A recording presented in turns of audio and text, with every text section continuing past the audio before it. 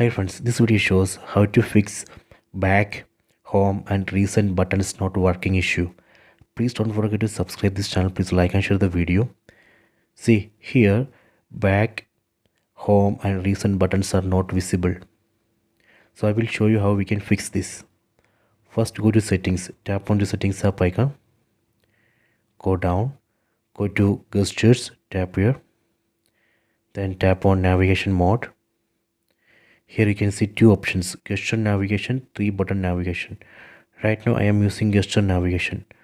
That is the reason buttons are not visible here.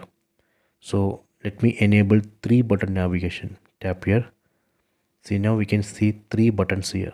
This is the back button, home button and reset button. Let me tap on back button. See, it's working. Tap on reset button. See, tap on home button.